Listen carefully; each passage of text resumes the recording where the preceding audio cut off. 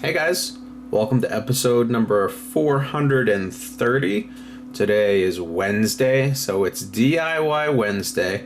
And today I wanted to talk about my fry rack, my wall-mounted fry rack, and what my plans are for this thing downstairs in the fish room.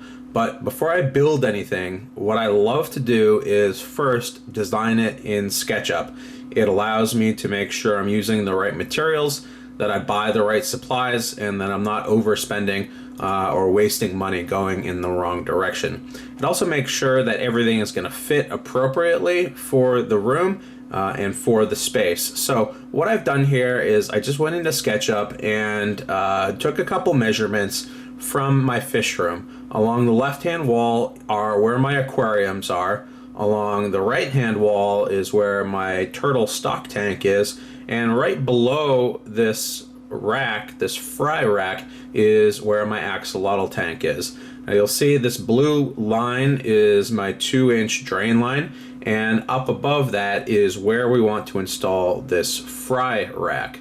So here it is, designed in SketchUp. We're going to actually go build the rack itself here in a minute. I have all the supplies for it, but I wanted to quickly walk through my design here and the decisions that I made in building this. So what we have are the large Marina breeder boxes. These are the things that you stick on the sides of your aquarium when you're breeding fry or when you're introducing new fish, or when you need to, I guess, quarantine fish from getting bullied or whatnot. They're really popular with people that are breeding fish, and I have a number of them sitting around, and they haven't been in use for a year or two, and I wanted to make good use of them. So I've sort of repurposed them. These are supposed to sit on the side, on the lip of your aquarium, and instead what I have them doing is sitting flat on a shelf. So really all I'm doing is building a shelf and attaching it to the wall, and then I'm attaching all of these Marina breeder boxes onto that shelf. Now, where does the water go when it overflows through these breeder boxes? In the back, I'm going to put a gutter system to allow the water to overflow out of the breeder boxes, spill into a gutter, and then go through a bulkhead down to the next level, down to the next level, until we get all the way down to the bottom. And I may be using the axolotl tank actually as a sump for these tanks. That's one of the reasons why I put that axolotl tank there, is because I knew at some point I wanted to build this rack and it would provide a larger water volume, a water source, a sump for these breeder boxes. So that's just an idea. I'm not sure if I'm going to do that. I might just plumb it directly into the drain line and just put a drip of fresh water into these tanks. I guess I'll figure that out once I've got it actually built out, but I have the option to do either one of those things, which is the important part. All right, so that's the basic concept, and the design itself is really simple. All we have are two different types of boards.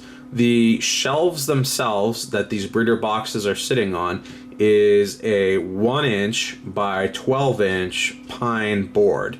And so we have 4 shelves, so we have 4 boards. And this is where, going to your store and then going into SketchUp and understanding what materials are available will help you save a lot of money. What I've decided to do here is build a 4-foot shelf, and that's because these boards come in 4-foot or 8-foot lengths, and the price is the same per foot for a 4-foot board or an 8-foot board, but I don't have 8 feet of space here. So if I was to design something that was maybe 5 feet or 6 feet, I would be wasting quite a bit of those 8-foot boards. So what I decided to do was keep it to the 4-foot board and maximize my dollar in building this shelf. So we have the 4-foot shelves, and we've got 4 of those. They're 12 inches deep.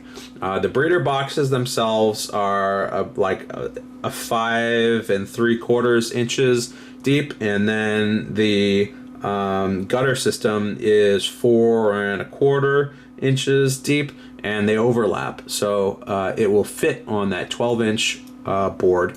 and it'll fit nicely.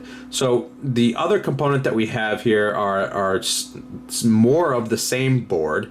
It's the 1" by 12" boards, and those run top to bottom, and that's what's going to tie each one of those 4 shelves together. Very, very simple construction here. I'm just going to glue and screw those together, and we'll take a look at that in a minute.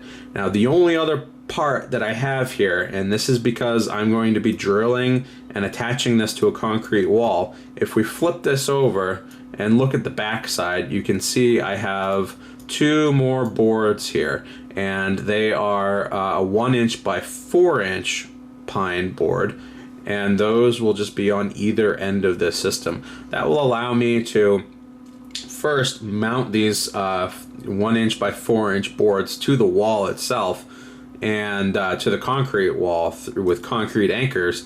And then what I can do is very easily attach the shelf unit that I've created to those boards.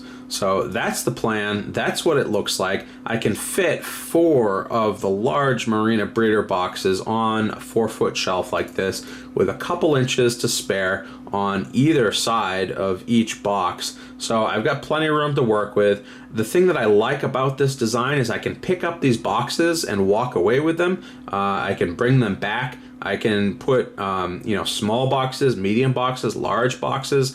Whatever variety I want, I can sort of customize these shelves to accommodate those things.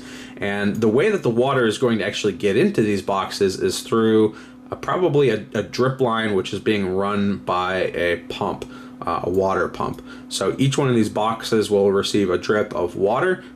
It'll be much, much more silent than the regular air gurgling that you hear if you attach these to the side of a tank and use an airlift tube.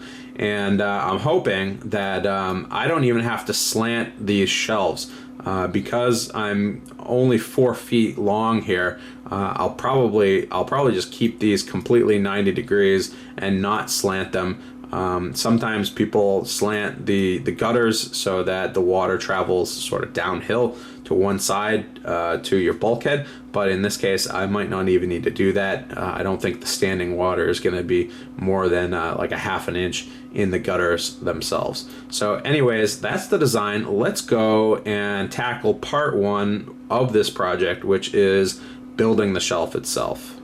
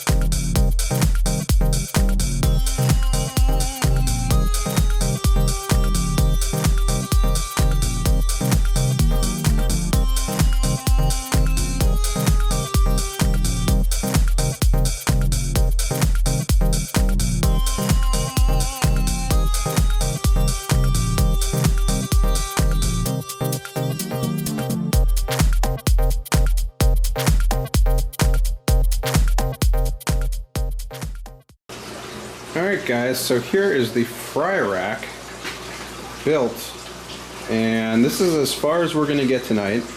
The glue needs to dry for at least 24 hours, and then I need to paint this sucker, and then I'll attach it to the wall, and next week we'll take a look at the finished product. I'll have a part 2 to this video next week, and we'll see this thing all set up, all rigged up and ready to go. But I wanted to give you a sneak peek of exactly what this will look like with these Marina breeder boxes installed.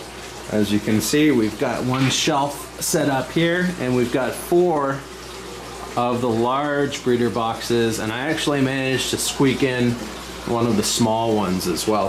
If I was to butt all of these right up against each other, I might be able to get a medium one in here instead of the small one, but we'll have to see. And here is just a small sliver of gutter material, just as an example.